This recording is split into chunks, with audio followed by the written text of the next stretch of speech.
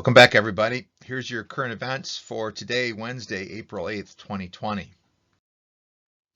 Yesterday, China lifted lockdown restriction in Wuhan, China after 76 days. Remember, Wuhan is the area that the current COVID-19 virus originated. It started there last December and then spread throughout the world. Now in Wuhan, trains and flights are operating once again, and individuals can enter and leave the region. However, Chinese officials warn that there's still work to be done in order to prevent another outbreak. And so as we struggle with our COVID-19 progress, we look to other areas in the world, regions in the world that has been in it longer, and we look to see what can be expected. If it happens there, it should happen here. Yesterday was not a very good day in the United States as in terms of the pandemic. Yesterday we had the deadliest day with 1,858 deaths. So as predicted by the White House, that this week and next week was not going to be good weeks, it is coming true. However, there is some good news. In New York City, yesterday was the first day in which they had released from hospitals more people suffering from COVID-19 than they admitted. So there is some hope that we are plateauing and we can start shrinking the curve and coming down on the other side. Congress is wasting no time in planning for the next stimulus bill, the fourth so far in this pandemic.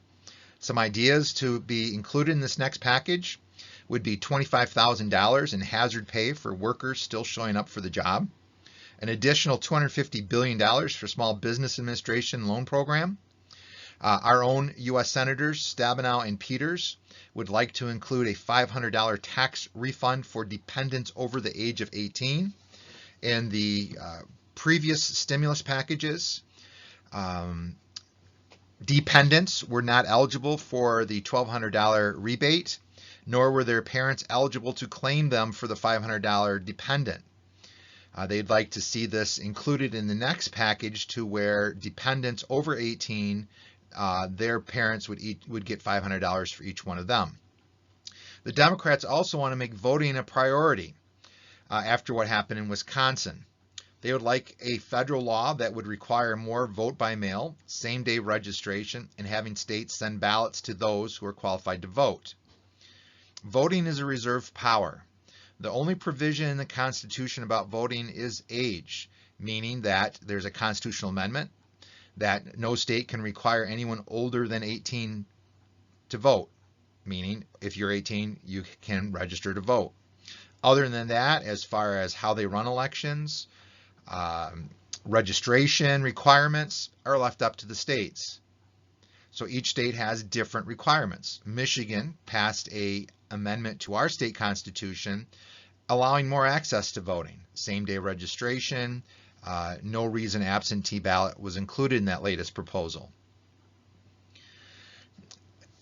The Democrats, if they get this part of the stimulus package, this would become a requirement for states to have these new voting requirements.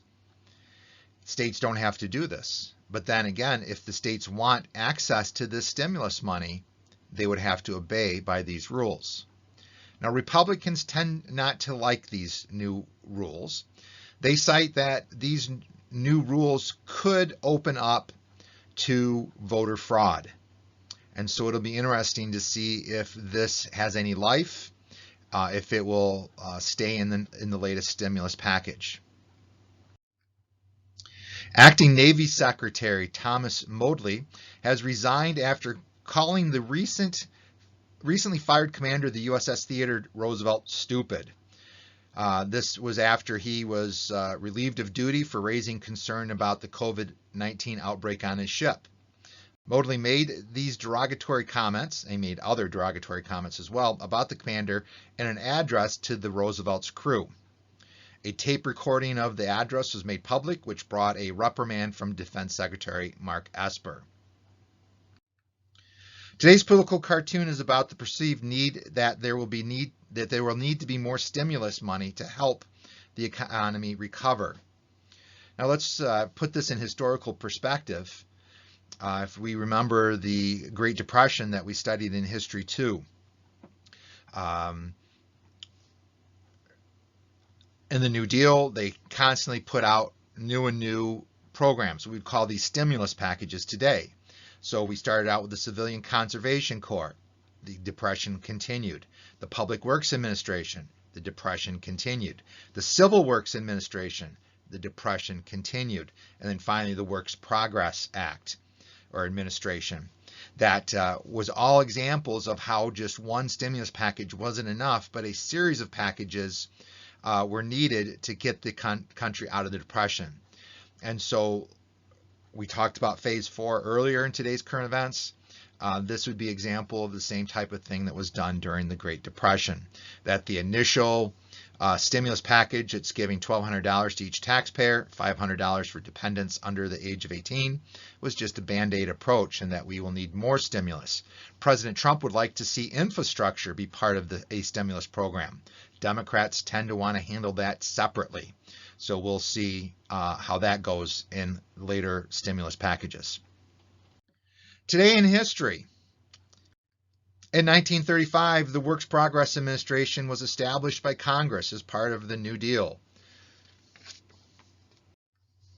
In 1974, Henry Aaron breaks Babe Ruth's all-time home run record by hitting his 715th career home run.